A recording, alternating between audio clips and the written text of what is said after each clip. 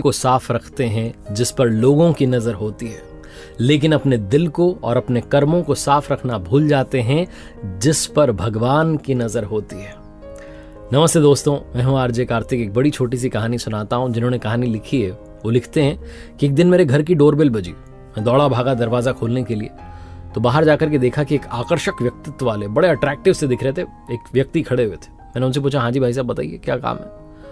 तो उन्होंने मुझसे कहा कि अच्छा, मतलब आज मैं खुद चल करके तेरे दरवाजे पर आया तो तू मुझे पहचानने से मना कर रहा है। मैंने कहा मतलब मैं समझा नहीं, आप कौन है। तो उन्होंने कहा कि मैं वो हूं जिसने तुझे साहब बनाया। ये तुम्हारे पास में आज गाड़ी है, बंगला है, परिवार में सुख शांति, सब मेरी वजह से। मैंने कहा मतलब भगवान है क्या आप। तो उन भाई साहब ने कहा हाँ मैं भगवान हूं। तू कहता था ना नजर में रहते हो लेकिन नजर नहीं आते, तो आज मैं नजर आ गया हूं। आज पूरे दिन तुम मुझे देख सकते हो, सिर्फ तुम ही देख सकते हो, कोई और देख नहीं पाएगा। मैं पूरे दिन तुम्हारे साथ रहूंगा। मैंने कहा है सच में, ऐसे मजाक मत करो। बोले हाँ सच में, मैं सिर्फ तुम्हें दिखाई दूंगा। मैं उनसे बात कर ही रहा था, तभी मेरी माँ ने अचानक आवाज दी, अरे क्या कर रहा है, दरवाजे पर अंदर आ, कोई भी तो नहीं है वहां पर। मैं घबरा गया, सहम गया कि क्या हुआ, माँ को दिखाई क्यों नहीं दे रहे। बिना देरी के अंदर आया।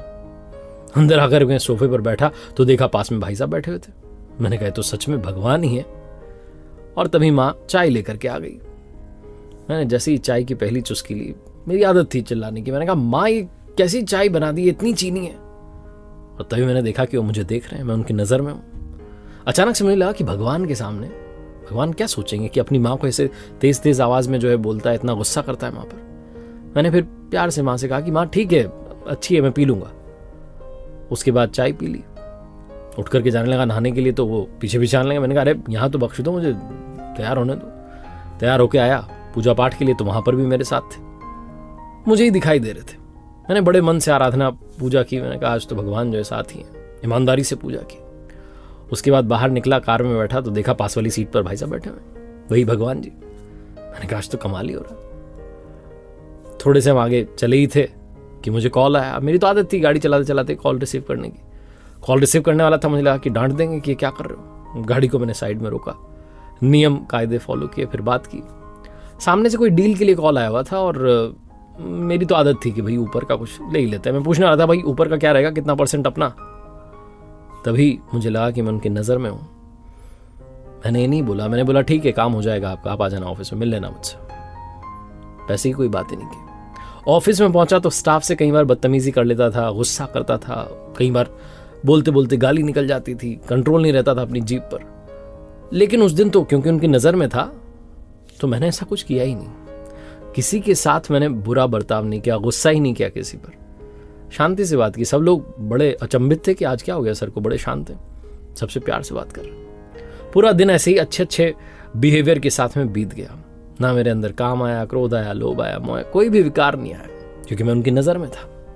मैंने कहा भाई एक दिन तो ढंग से जीना है। शाम हुई, दफ्तर से वापस घर जाने के लिए गाड़ी में जाकर के बैठा तो पहले से वो आकर के बैठ गए थे सीट पर।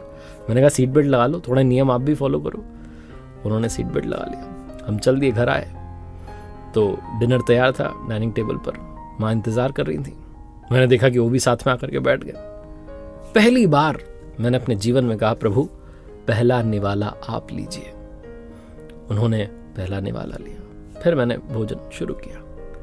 डिनर कंप्लीट हुआ तो माँ ने मुझसे कहा कि आज तो तूने खाने में कोई कमी नहीं निकाली, आज तूने बताया नहीं कि इसमें ये कमी वो कमी, तो रोज कुछ ना कुछ कहता है।